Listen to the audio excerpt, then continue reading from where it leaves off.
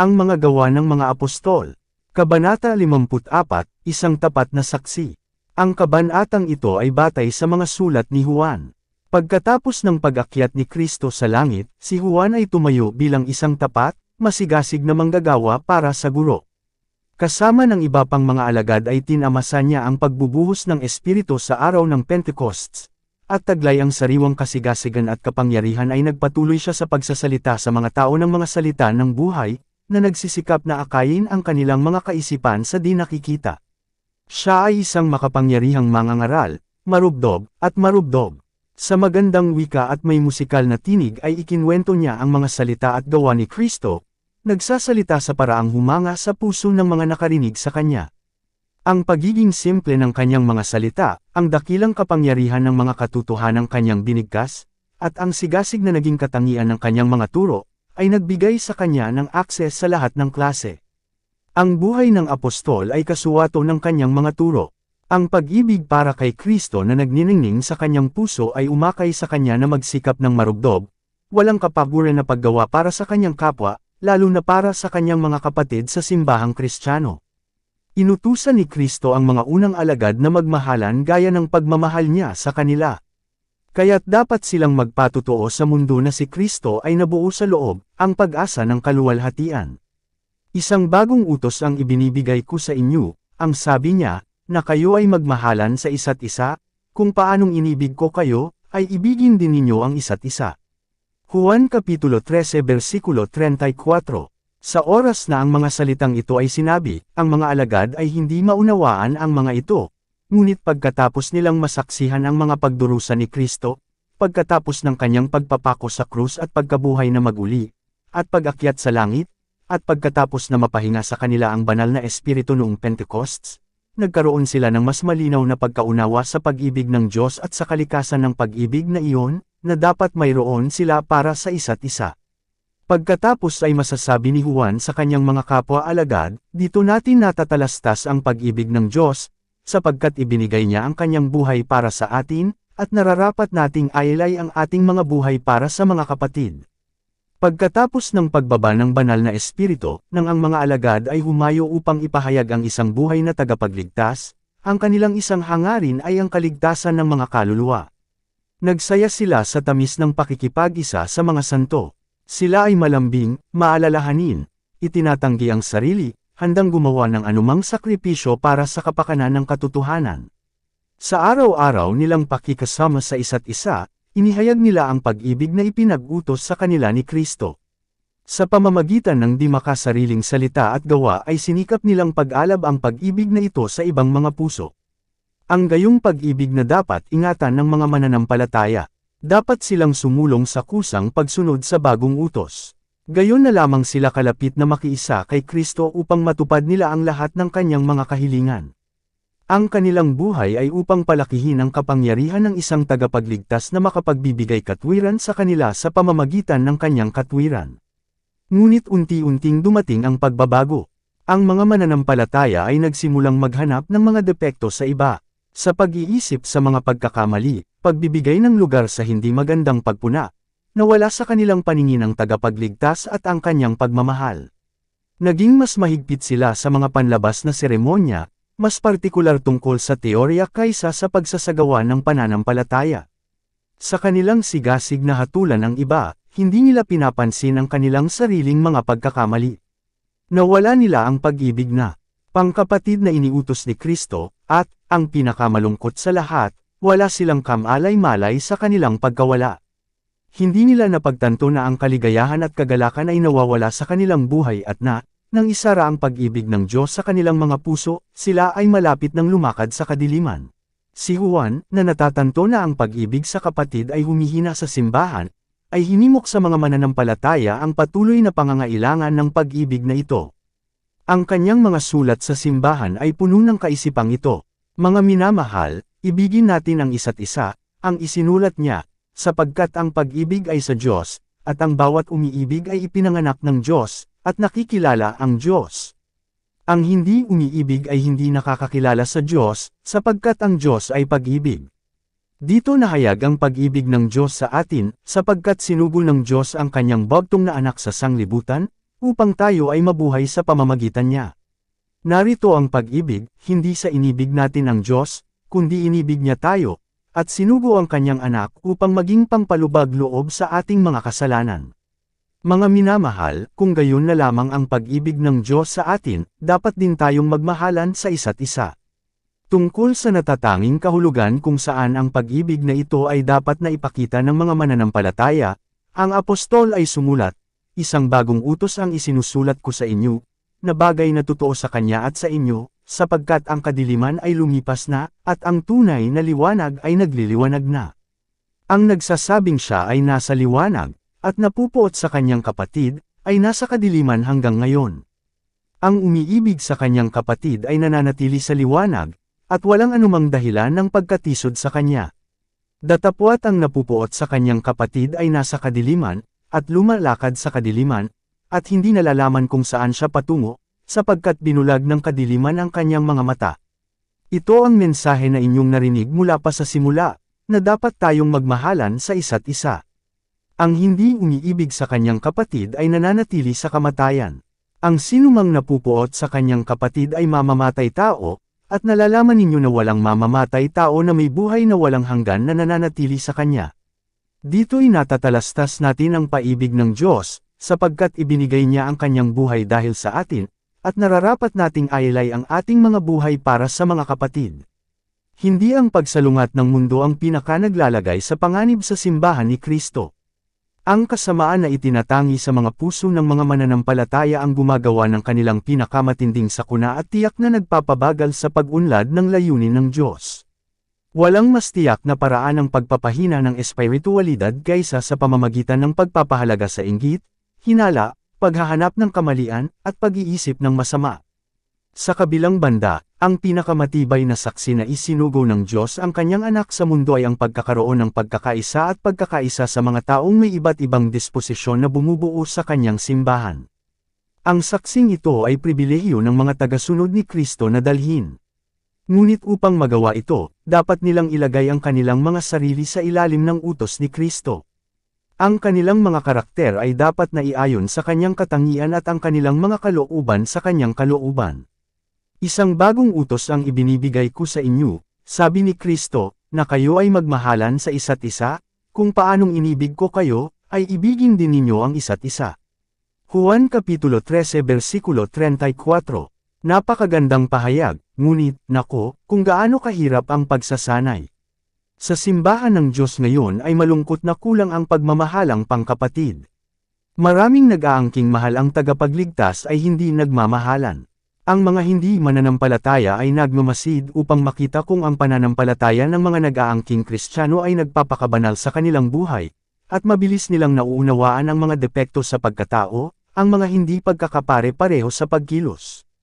Huwag gawing posible ng mga Kristiyano na ituro sila ng kaaway at sabihin, masdan kung paanong ang mga taong ito, na nakatayo sa ilalim ng bandila ni Kristo, ay napupuot sa isa't isa. Ang mga Kristiyano ay pawang miyembro ng isang pamilya, lahat ng mga anak ng iisang makalangit na Ama, na may parehong pinagpalang pag-asa ng immortalidad. Napakalapit at malambot dapat ang tali na nagbubuklod sa kanila. Ang banal na pag-ibig ay gumagawa ng pinaka-nakaaantig na pag-akit sa puso kapag ito ay tumawag sa atin na ipakita ang parehong magiliw na habag na ipinakita ni Kristo. Ang taong iyon lamang na may di makasariling pag-ibig sa kanyang kapatid ang may tunay na pag-ibig sa Diyos. Ang tunay na Kristiyano ay hindi kusang loob na pahihintulutan ng kaluluwa na nasa panganib at kailangang hindi nababalaan, hindi inaalagaan. Hindi niya iiwas ang sarili sa nagkakamali, nahahayaan silang malugmok sa kalungkutan at panghihina ng loob o mahulog sa larangan ng digmaan ni Satanas. Ang mga hindi pa nakaranas ng magiliw at nagtatagumpay na pag-ibig ni Kristo ay hindi maaaring humantong sa iba sa bukal ng buhay. Ang kanyang pag-ibig sa puso ay isang pumipigil na kapangyarihan, na umaakay sa mga tao na ihayag siya sa pakikipag-usap, sa magiliw, kahabag-habag na espiritu, sa pagpapasigla ng buhay ng mga kasama nila. Ang mga manggagawang Kristiyano na nagtagumpay sa kanilang mga pagsisikap ay dapat na makilala si Kristo, at upang makilala siya, dapat nilang malaman ang kanyang pag-ibig.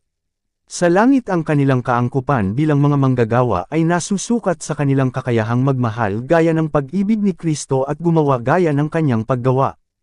Huwag tayong umibig sa salita, ang isinulat ng apostol, kundi sa gawa at sa katotohanan. Ang pagiging ganap ng Kristiyanong katangian ay natatamo kapag ang udyok na tulungan at pagpalain ng iba ay patuloy na nagmumula sa loob. Ang kapaligiran ng pag-ibig na ito na nakapaligid sa kaluluwa ng mananampalataya ang siyang nagbibigay sa kanya ng sarap ng buhay tungo sa buhay at nagbibigay daan sa Diyos na pagpalain ang kanyang gawain.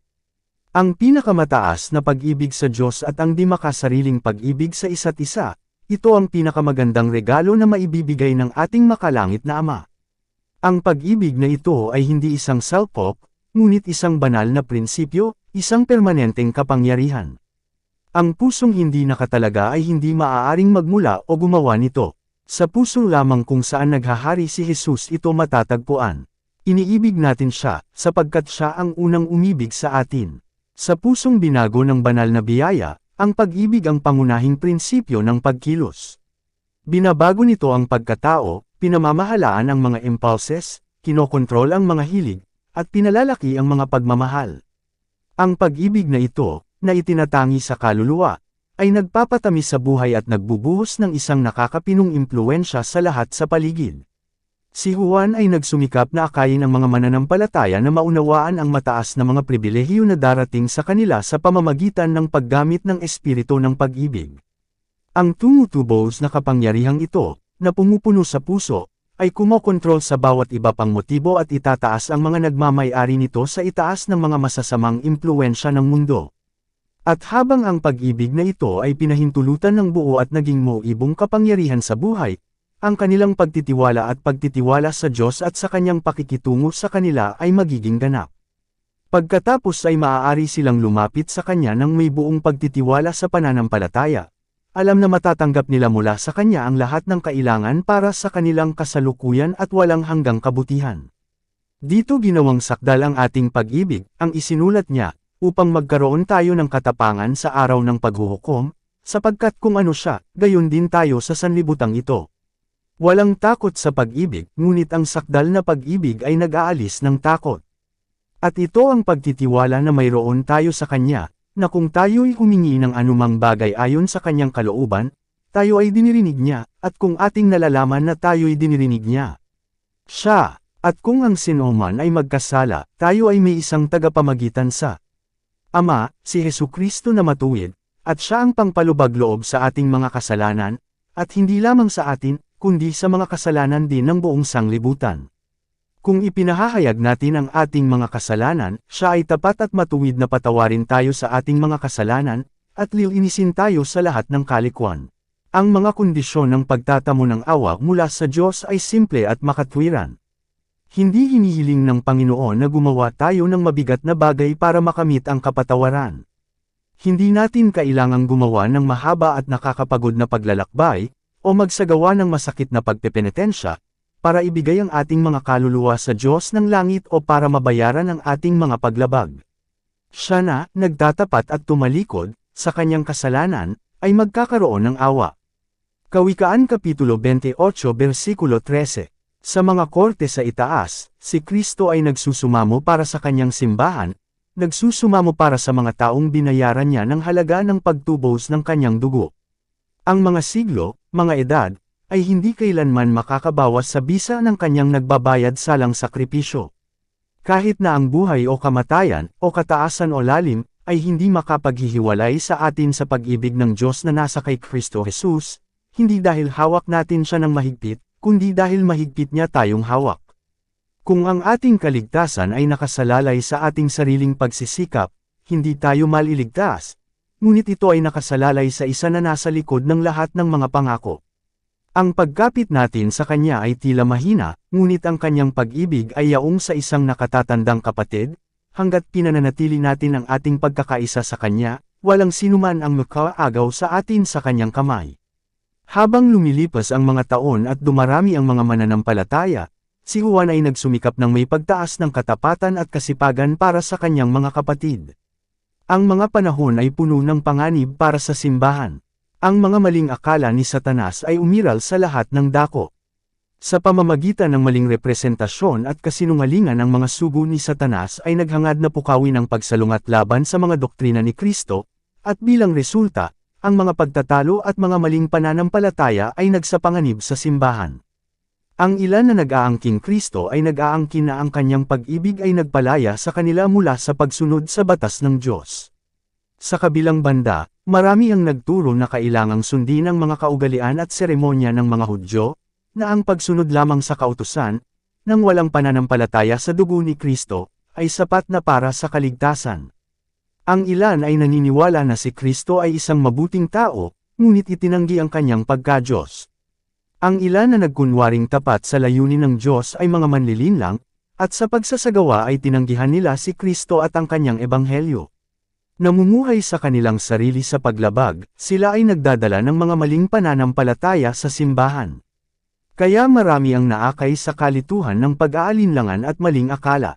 Si Juan ay napuno ng kalungkutan nang makita niya ang mga nakal-alasong kamaliang ito na gumagapang sa simbahan. Nakita niya ang mga panganib kung saan nalantad ang simbahan, at natugunan niya ang kagipitan ng may kabilisan at desisyon. Ang mga sulat ni Juan ay humihinga ng diwa ng pag-ibig. Para bang sumulat siya gamit ang panulat na sinawsaw sa pag-ibig.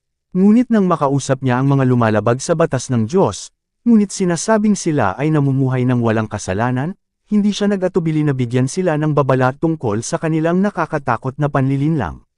Sumulat sa isang katulong sa gawain ng Ebanghelyo, isang babaeng may mabuting reputasyon at malawak na impluensya, sinabi niya, maraming manlilinlang ang pumasok sa mundo, na hindi nagpapahayag na si Jesucristo ay naparito sa laman. Ito ay isang manlilinlang at isang antikristo. Ingatan ninyo ang inyong sarili, na huwag nating mawala ang mga bagay na ating ginawa, kundi tumanggap tayo ng buong gantimpala. Ang sinumang lumabag, at hindi nananatili sa aral ni Kristo, ay hindi nagtataglay ng Diyos. Ang nananatili sa aral ni Kristo, ay nasa kanya kapwa ang Ama at ang Anak. Kung may dumating sa inyo, at hindi dalhin ang aral na ito, huwag ninyo siyang tanggapin sa inyong bahay, ni huwag kayong magpaalam sa kanya, sapagkat ang nakikibahagi sa kanyang masasamang gawa ay siyang nakikibahagi sa kanyang masasamang gawa. Tayo ay pinahintulutan na humawak sa parehong pagpapahalaga tulad ng ginawa ng minamahal na disipulo sa mga nag-aangkin na nananatili kay Kristo habang nabubuhay sa paglabag sa batas ng Diyos. Sa mga huling araw na ito ay may mga kasamaang katulad ng mga nagbabanta sa kaunlaran ng unang simbahan, at ang mga turo ni Apostol Juan sa mga puntong ito ay dapat na maingat na pakinggan. Kailangan mong magkaroon ng pag-ibig sa kapwa, ang sigaw na naririnig sa lahat ng dako, lalo na sa mga nagpapakabanal. Ngunit ang tunay na pag-ibig sa kapwa ay napakadalisay upang pagtakpan ng isang kasalanang hindi na ipahayag.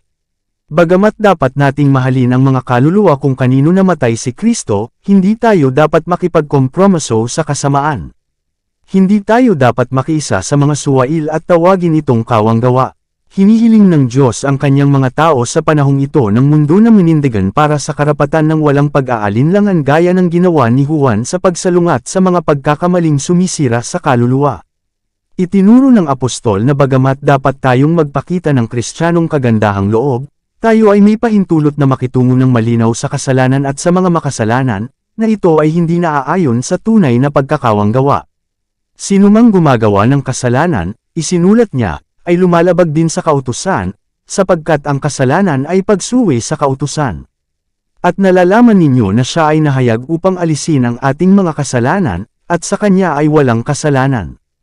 Ang sinumang nananatili sa kanya ay hindi nagkakasala, ang sinumang nagkakasala ay hindi nakakita sa kanya, ni hindi nakakilala sa kanya.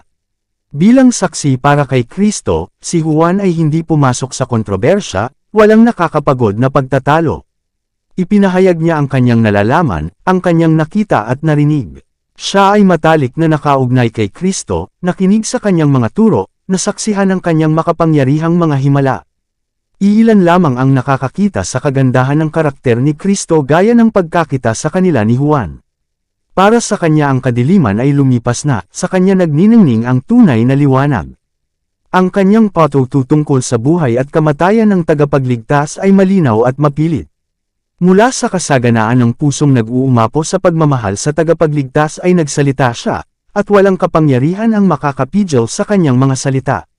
Yaong mula sa pasimula, ipinahayag niya, na aming narinig, na aming nakita ng aming mga mata, na aming nakita, at nahawakan ng aming mga kamay, tungkol sa salita ng buhay, yaong aming nakita at narinig ay ipinapahayag namin sa inyo, upang kayo naman ay magkaroon ng pakikasama sa amin, at tunay na ang aming pakikasama ay sa Ama, at sa kanyang anak na si Hesukristo. Kaya't ang bawat tunay na mananampalataya ay magagawa, sa pamamagitan ng kanyang sariling karanasan, na ilagay sa kanyang tatak na ang Diyos ay totoo. Juan Kapitulo 3 versikulo 33. Maaari siyang magpatotoo sa kanyang nakita at narinig at nadama tungkol sa kapangyarihan ni Kristo.